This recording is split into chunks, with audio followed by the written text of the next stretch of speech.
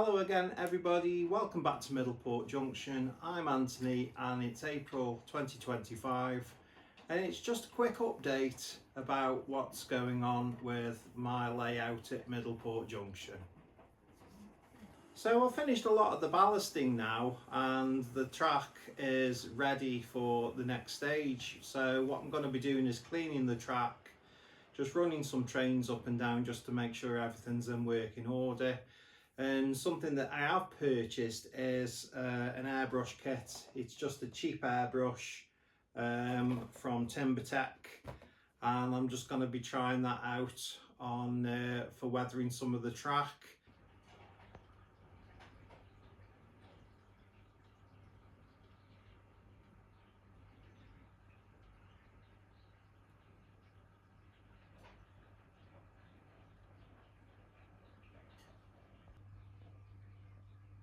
So I'm quite pleased how the track has come out after it's been ballasted, and it's all dry now.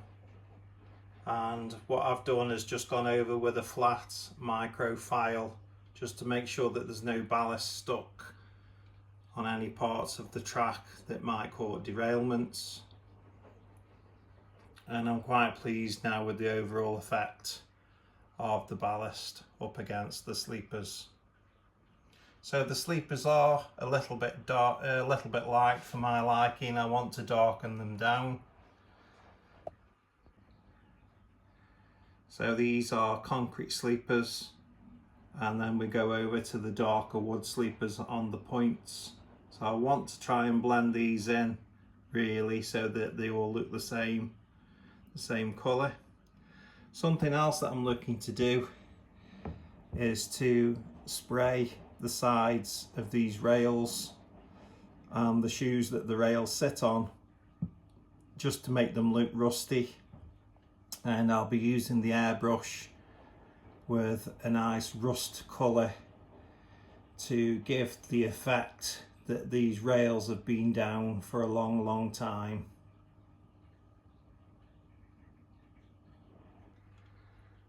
Now I have just given all the track a good cleaning.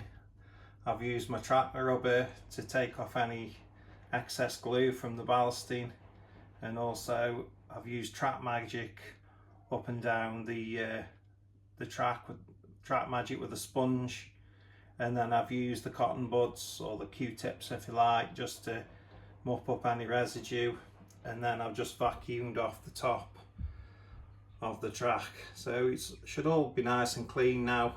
So I'm just going to run a couple of trains up and down just to make sure that there aren't any issues before I proceed with the airbrushing of the rust to make the rusty rails.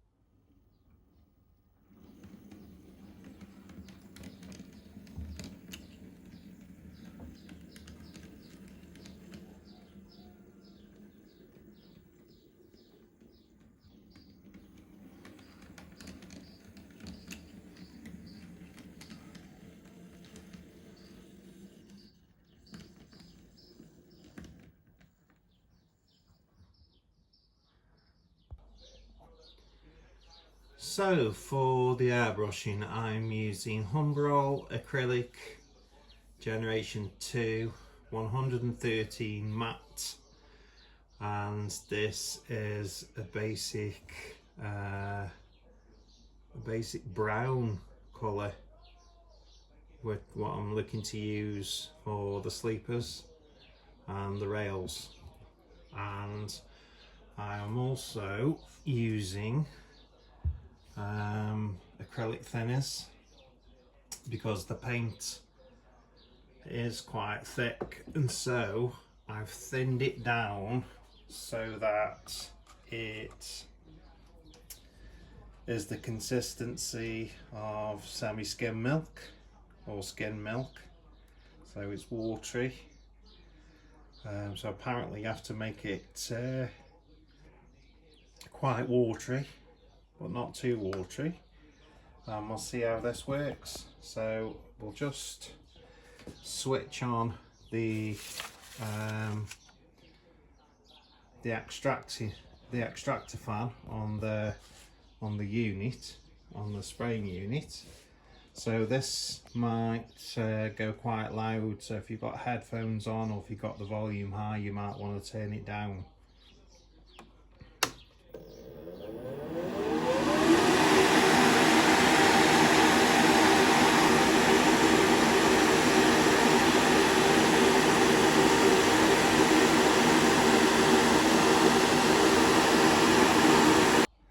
So what I did is added the paint to the airbrush cup, and then realised that perhaps I should have put the thinners in and mixed it first, but I've actually mixed it in the cup, so that's why I've got this speckled effect. But I'm going to try it. I'm going to try it on a test piece of track just to see what it looks like.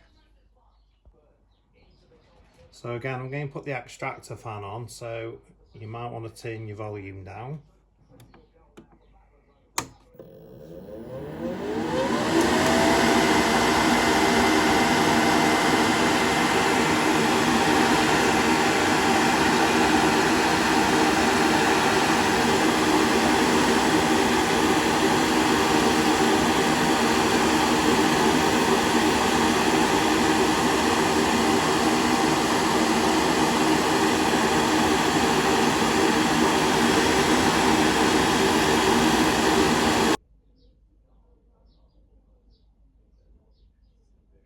So this is the result of my first attempt at using the airbrush with the matte brown.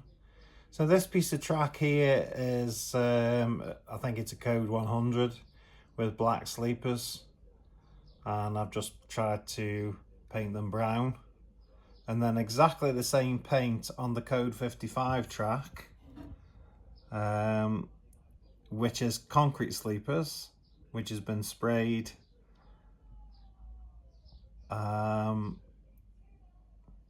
It's definitely toned it down. They still look different. You can still see some differences in the sleepers, but the rails themselves, if you try and focus closely, I'm just trying to get a rusty rail effect. So I think I have achieved that with this. But let me know what you think in the comments. How would you do it? Remember, this is N scale or N gauge track, so it is quite a delicate operation, but for a first attempt I'm quite happy. I think it's not a bad job, so we'll see. So I hope you've enjoyed this update, and hopefully the next one won't be as long, and take care everybody, and I'll see you soon.